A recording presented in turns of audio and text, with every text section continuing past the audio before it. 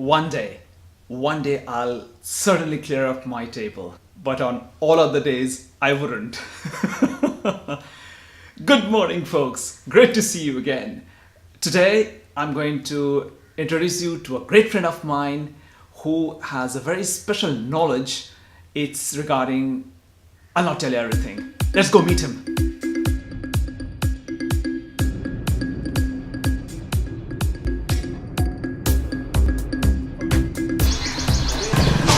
Second here.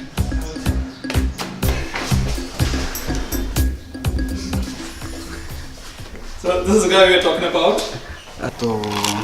This is Indonesian coffee. But then this was roasted in France. अभी हम कर रहे हैं pour over. तो put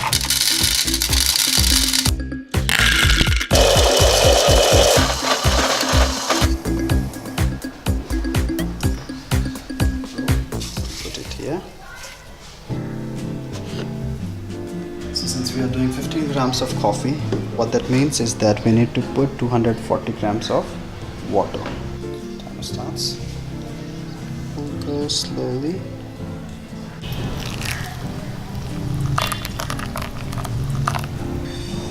We'll allow the coffee to settle down.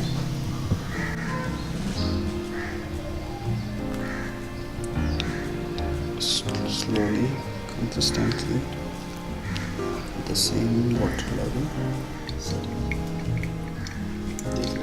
For many coffee lovers, this is the best way of brewing coffee. The whole visuals, it looks so classic, and it's more like a visuals and a ritual, and people they really enjoy making this whole process. So folks, this is my first pour over. You call it a pour over, right? Which is supposed to be the coffee for connoisseurs like Manohar here. He says it tasted like wine. Swallow it. Wow. Very little acidic. It's supposed to be. Yeah, it's supposed to be. Because in espressos, they would always use the darker roast, and in the coffee, the lighter it is, maximum amount of acidity. It's a medium roast, so it's not like super acidic, but definitely it is. And as you're taking a sip, a bit of citrusy will hit around here, and then some flavors of caramel towards the end of your palate. I've not had coffee like this. Yeah, very good. So that's the reason we love. I'm salivating. That's when most of the people, when they take the first sip, they're like, this is so bitter. So what I generally say is that it's only because you haven't tasted a good coffee yet. This is not bitter. It's a black coffee, but it's full of flavors and so many, it's so tasty. So folks, as I was saying, that we'll be meeting a very interesting person today, and here we have Manohar Paul, who's running Indian coffee culture. He's posting very interesting posts on specialty coffee, and today we have him here, and extremely fortunate. Thank you, Manohar Paul, for meeting us. Thank you. Could you please tell us something what Indian coffee culture is all about? I do coffee blogging, and that's what this handle is called, Indian Coffee Culture. And when I started off, it was a very simple thing that I was writing some reviews about the coffee or my experience at the cafe. But eventually that thing really picked up, and a whole lot of cafe shop owners and roasters, they started contacting me, and then they were like, hey, your review on my coffee is it's so good, how do you know it? And based on that, which gave me more idea that okay, why not, let's continue with this. Indian coffee culture, my idea is to educate more so that people can know what is good coffee and what is bad. So Paul, there was a very interesting word you used, educate the people. Right. So my idea behind education is not many people know about the coffee. And for many people, coffee means it's the instant coffee which they are just adding it to the milk, and that's what they think. Right. So with each and every post that I make, it's not to judge any cafe or the beans, but it's to educate people that what to expect out of a good coffee so that they can know what they shouldn't be having it. Easiest way to know what is good coffee and what is bad. So here I have two coffees. This is instant one, which is very popular. Everyone loves it. And this is the fresh roasted coffee. All I want is to sniff it. So this is instant coffee, right? It smells something like mud. Wow, I mean, there's no comparison actually. It's fantastic.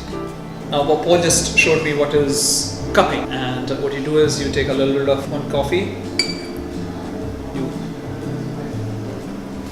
clean it up, palate cleanser,